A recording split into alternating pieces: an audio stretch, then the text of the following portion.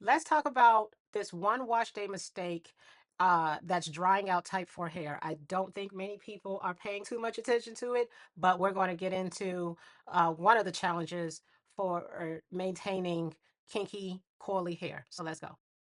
All throughout my hair journey, I realized my hair was inherently dry as I became more knowledgeable of the science, gained a scientific understanding of the structure and morphology of my hair. So I didn't know how to necessarily moisturize it, but I did know that it was an inherently drier structure just due to its native morphology. Um, it was not properly hydrated at the washing stage, which I learned at a later period in time. So once I fixed the temperature, everything else started working. And that's really important when you start looking at the geometrical structure of kinky coily hair. For a lot of us, we only know of or have all been exposed to the morphology of straighter, oilier hair types, but we really have not had it fixed inside our brain, consciously and subconsciously, about what our hair type actually looks like. And if most of us knew and understood the morphology of it, we would know why temperature would be very much important when it comes to hydrating and moisturizing and conditioning the hair. And this is counter to straighter, oilier hair, which we have been conditioned to actually learn that type of maintenance routine. But that is not necessarily effective for our hair type. So let's go on to the next slide and learn why this is so important. So when you're using the wrong temperature on wash day, that wrong temperature can lead to dry, brittle hair.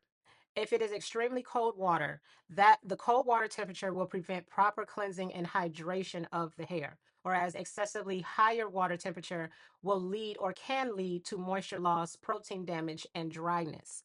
Most of the time, we don't focus on temperature, we focus on products. And for a lot of us in the natural hair community, we have become what's called product junkies, right? In which we can look at our closet, we can look at our linen closet, sorry, and our cabinets and see all of these products that we have tried and experimented with. And we're saying, okay, well, this one moisturized my hair a little bit and this one doesn't do anything. And that could be true. It could be not specifically designed for your hair type, right? But then maybe it is. And because you weren't using the right temperature when you shampooed and conditioned your hair, it wasn't going to work as well as it should when it was in use. So the water temperature controls how well moisture actually enters and stays in tight, coily hair. And that is going to be essential to um, how well we maintain our hair throughout the entire week up until the next wash day. I would say keep your products for now. There will be a slide that will be coming in the later weeks where we start focusing on product formulation and how to read those products and um, how to know which products will be best for your hair type.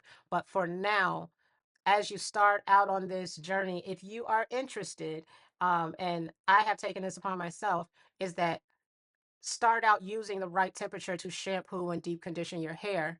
And then go from there and start to select the products that will actually work for your hair type as you move forward in your natural hair journey.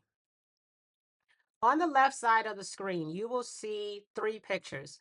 The picture in the top left corner shows a microscopic image of hair that has cuticle layers that overlay each other, and they're pretty much staggered.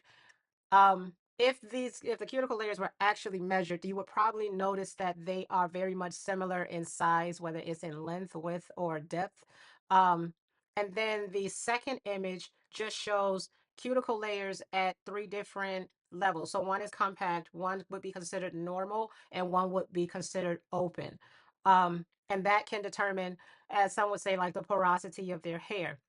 And the porosity of your hair can change depending on temperature, depending on the products that you apply to the hair, which could be can be, I would say, like the pH level um, of your hair and what it's exposed to. And then it can also change. I'm sorry, it can be based on just the morphology or geometry of your hair type. So the third picture in the bottom left corner is a microscopic image of another hair strand that looks like the cuticle layer has been degraded.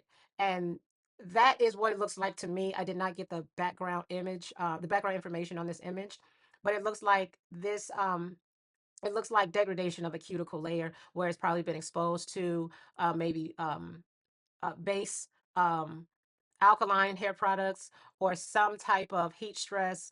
And so you see cuticle layers that are pretty much distorted, and it's not as what would I say, defined and regular in its uniformity as the image that's at the top left corner. So, why does water temperature matter for type 4 hair? Our hair type, more at the morphology of it, is somewhere between these two images that I just shown on this, or somewhere between the three images that I just shown on the slide.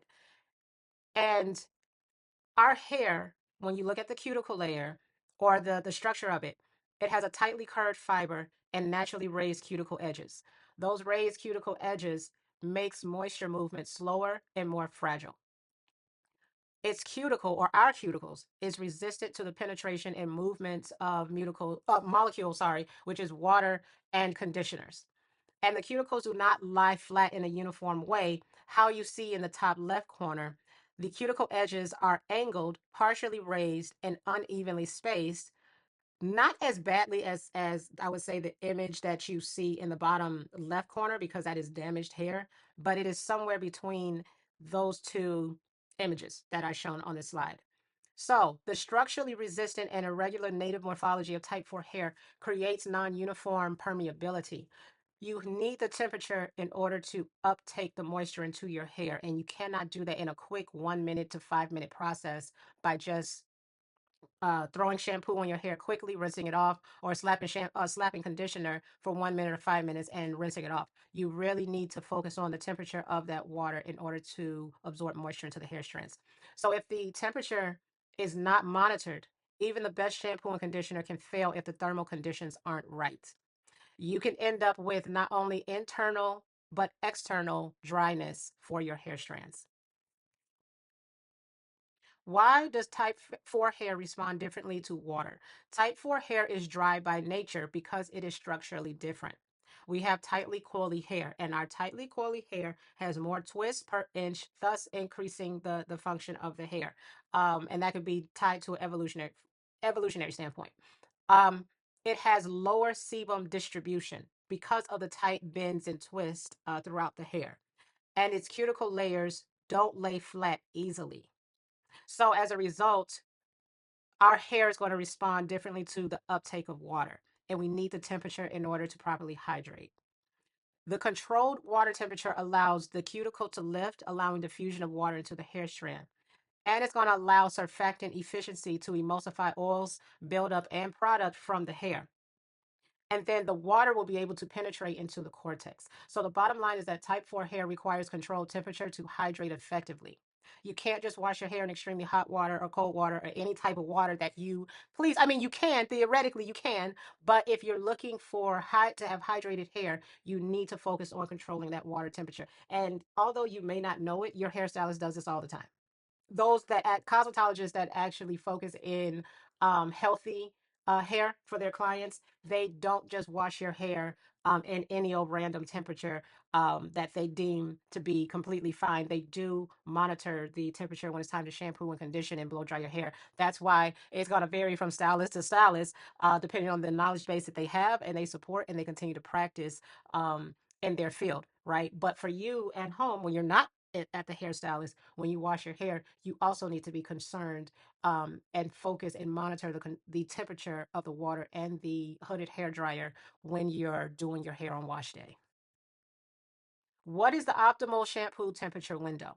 We know that hydration happens during the shampoo, and we know from years of experience now that it doesn't start with oils or creams. It starts with water. A lot of times in the past, I see a lot of women just spraying water, and I've done this too. We just spray the water, even if it's cold or room temperature water, because we're like, oh yeah, it's totally fine. It's gonna that we need the water for moisture, but we also need the temperature to properly hydrate our hair. And even my hairstylist has told me, if you want to spray your hair with water, you could just use warm water. So your hair will uptake the water easier into the hair strand instead of just spraying cold water on your hair. And I've made that mistake in the past where it's just like, I just fill my water bottle. with cold water in this at the sink, and I just start spraying. And it's like, yeah, you are supposed to have a little bit warmer water to properly hydrate the hair. But we don't think about the temperature most of the time. We're just trying to get water on there now, and we do know that oils and creams is not something that we should be using to so-called moisturize our hair.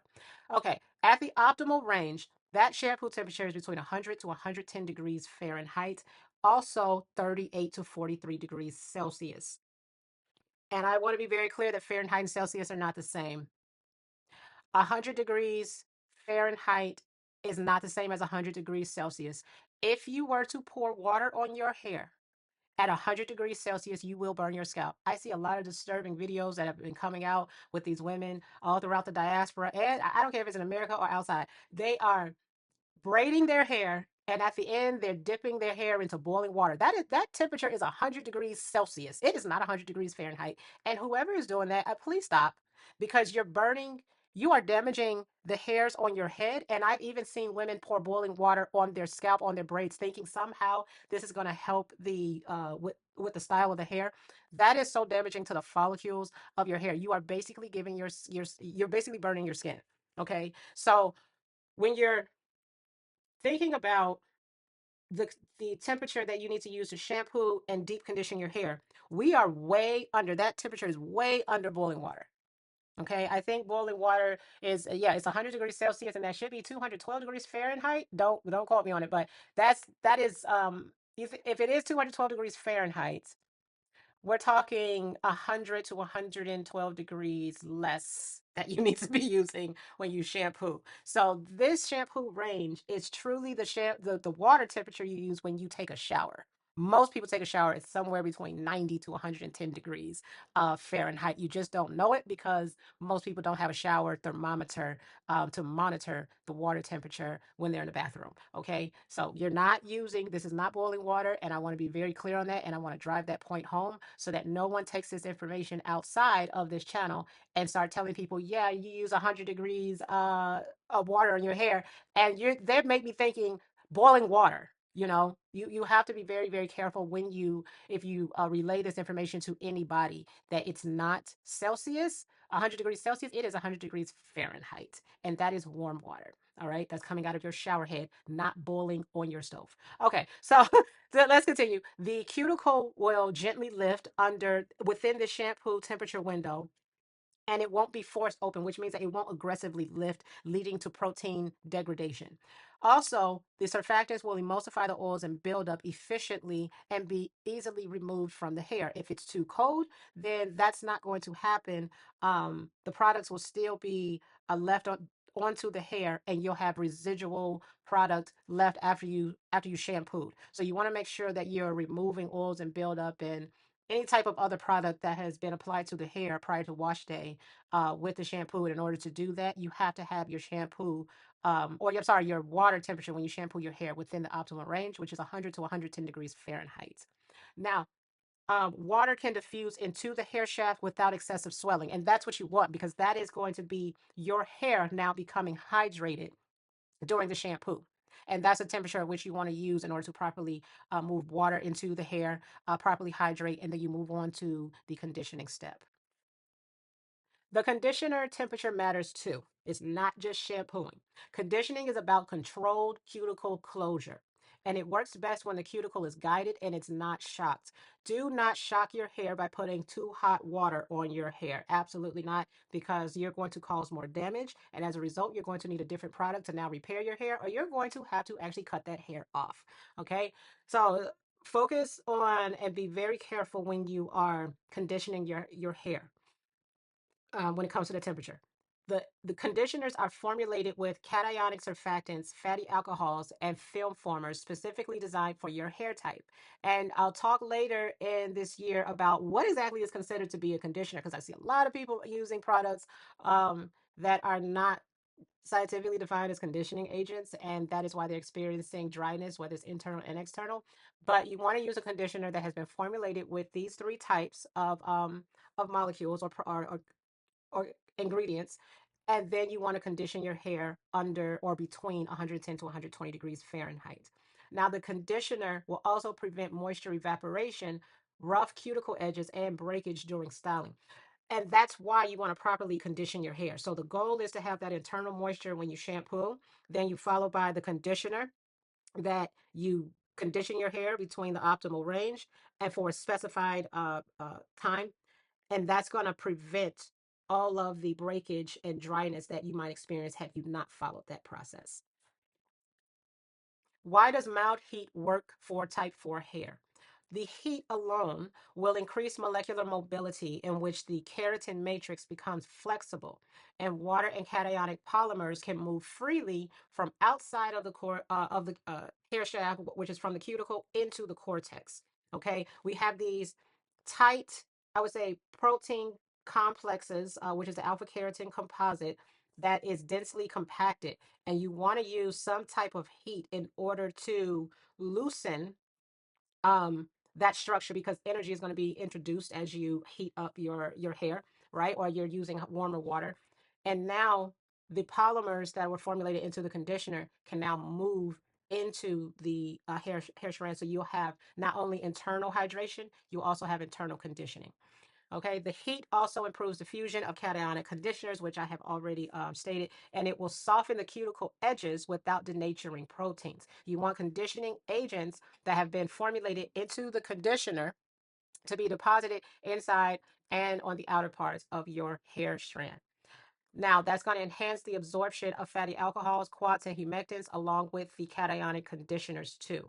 And this is why hooded dryers, steamers, and warm water rinses help type 4 hair. You're really looking to use that mild heat to condition and hydrate the inner and external part of your hair. And if you do it correctly, you will find that you'll need less product later throughout the week as you style your hair in between or up to the next wash day. Why this changes everything for type 4 hair?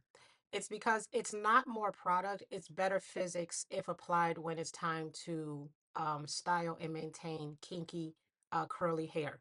So, when hydration is done, if it is done correctly on wash day, what happens is that you'll need less product later because the essential role is to, sorry, the essential role is to have proper hydration during the shampoo cycle in which you would gently lift the cuticle for water to diffuse across the cuticle layer into the cortex of the hair strand, and then you would apply conditioning agents that would also be deposited onto the hair surface and within the hair strand for proper hydration and conditioning, followed by sealing, right? So if that's done correctly on wash day, over time, yes, your hair will lose moisture over a few days. However, you won't have to necessarily rehydrate your hair on a frequent daily basis if it's done correctly. If it's been if your hair has properly absorbed the water and has been properly conditioned. The scientific takeaway from understanding proper hydration and conditioning of the hair is that if wash day is where hydration begins, then water temperature is the gatekeeper. Proper temperature control will improve the internal water content. It will also reduce dependency on heavy occlusives such as butters, Blue Magic, Sheebie, and other types of heavy butters and oils on applied to the hair for moisturization. Proper temperature control during your shampoo and conditioning cycle will decrease breakage and tangling, and it creates conditioned softness, not just coated softness. And yes, there is a difference. A lot of times in the hair routine, we'll find women and men who apply heavy amounts of occlusives, such as Blue Magic or butters, and heavier oils to the hair, and the hair by touch feels moisturized. However, it could be internally dehydrated if proper hydration was not performed on wash day. So, with proper temperature control, you should, theoretically, you should have been able to create conditioned softness internally and externally. And then, if you want to use an occlusive, which should be applied lightly to the hair for that moisturization feel, then go ahead and do so. But it should not be heavily relied on if proper temperature control is being followed carefully and meticulously or strategically in order to take care of and maintain kinky hair. Here are the temperature ranges for wash day. when you shampoo your hair, it is expected that the hair should be shampooed between 100 and 110 degrees Fahrenheit. That would be 38 to 43 degrees Celsius. For shampoo, shampoo is 100 to 110 degrees Fahrenheit. That is usually the temperature, your shower temperature. I have a thermometer and I monitor my shower temperature, so I know that it's about 105, 106 that I shower on, sometimes a little bit less, but we're not talking about boiling water here. We're not. We are way below boiling water. All right. So, rinse conditioner for detangling will also be 100 to 110 degrees Fahrenheit. So you're going to shampoo and apply, rinse out the shampoo after you shampoo twice. Apply the rinse conditioner to tangle your hair, and then you're going to rinse that conditioner out with the same water temperature that you use to shampoo. Once that's rinsed out, you apply the deep conditioner. Then you deep condition between 110 to 120 degrees Fahrenheit, which is slightly higher than your shampoo and rinse conditioning detangling temperature.